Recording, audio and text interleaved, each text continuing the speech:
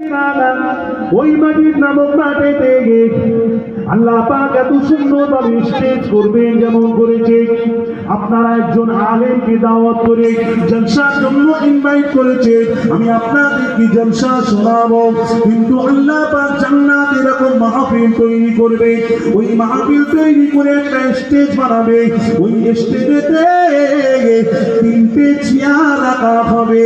ওই তিনটে চেয়ারেতে বিশেষ অতিথি হিসাবে আসবে, প্রধান অতিথি হিসাবে আসবে, সভাপতি হিসাবে আসবে।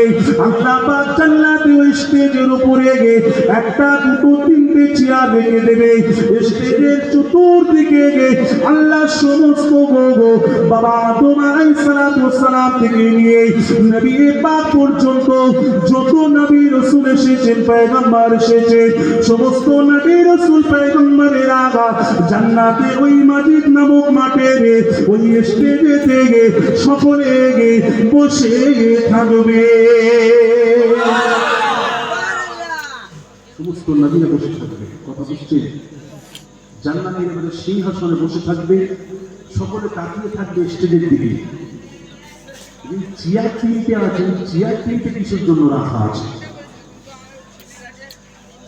আল্লাহ বলবেন, ও দাউদ নবী, দাউদ আলাইহিস সালাতু ওয়াস সালাম পয়গম্বরকে বলবে, পয়গম্বর দাউদ আলাইহিস সালাতু ওয়াস সালামকে বলবে, তোমাকে আমি আল্লাহ এত সুন্দর গলার সাউন্ড দিয়েছি, আওয়াজ দিয়েছি, তুমি যখন জবুর তেলাওয়াত করতে সমুদ্রের মাছ তোমার কাছে পর্যন্ত চলে আসতো।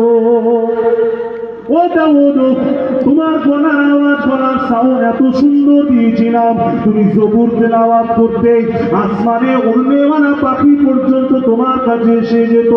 হযরতে দাউদ আলাইহিস সালামকে আমার আল্লাহ বলবেন, ও দাউদ, তুমি বিশেষ অতিথি হিসাবে তোমাকে ওই চেয়ারে বসতে হবে। হযরতে দাউদ নবী চেয়ারে বসলেন। 2 নম্বর চেয়ারে কে বসবে?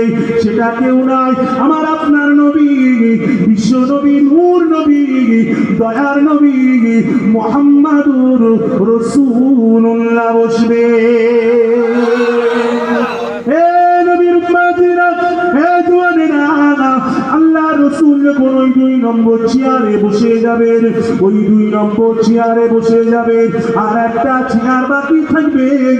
ওই চেয়ারে কে বসবে? কে বসবে? আমার আপনার সৃষ্টিকর্তা আমার আল্লাহ পাক ওই চেয়ারে বসবে। মুহাব্বতে বলবেন না সুবহানাল্লাহ? কথা বুঝছেন তো? 1 নম্বর চেয়ারে কে? হযরত দাউদ আলাইহিস সালাম।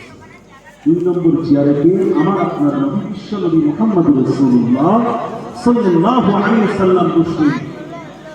আর একটা চেয়ার বাকি থাকবে, যে চেয়ারে আমার আল্লাহ নিজে বসবে। আর আল্লাহ বলছেন, এ জান্নাতীরা, তোমরা বলেছো আমার দিদার করবে, তাই না? ভালো করে কানটা খুলে শুনে রেখে দেন। এই নবীর উম্মতিরা, জান্নাতীরা ওই চেয়ারে বসে থাকবে। ওই চেয়ারে বসে বসে যখন আমার আল্লাহ দিদারটা করবে, আল্লাহ দিকে যখন তাকিয়ে দেখবে, ওই আল্লাহ দিকে তাকিয়ে দেখাকে 40,000 বছর পর্যন্ত আমার আল্লাহ চেহারার দিকে জান্নাতীরা তাকিয়ে দেখতে থাকবে, দেখতে থাকবে, দেখতে থাকবে, দেখতে থাকবে। আমার আল্লাহ বলবেন, ও জান্নাতীরা, এবার একটু চোখটা নিচে নামাও, এমন ভাবে মাহফিলটা ভালো লাগছে না, আমি মনে করি তোমাদের জন্য একটু খানার কিছু ব্যবস্থা করে দেই। আল্লাহ জিবরাইল আমিনকে বলবে, ও জিবরাইল, আমার একটা জান্নাতীর হাতেতে একটা করে গেলাস দিয়ে দাও। ওটা কোনো কাঁচের গেলাস নয়, স্টিলের গেলাস নয়, জান্নাতের গেলাস হবে সোনা মুক্ত রূপা দিয়ে সুন্দর করে তৈরি করা গেলাস। ওই গেলাস প্রত্যেকের হাতে একটা করে দেবে, ফেরেশতারা দিতে থাকবে।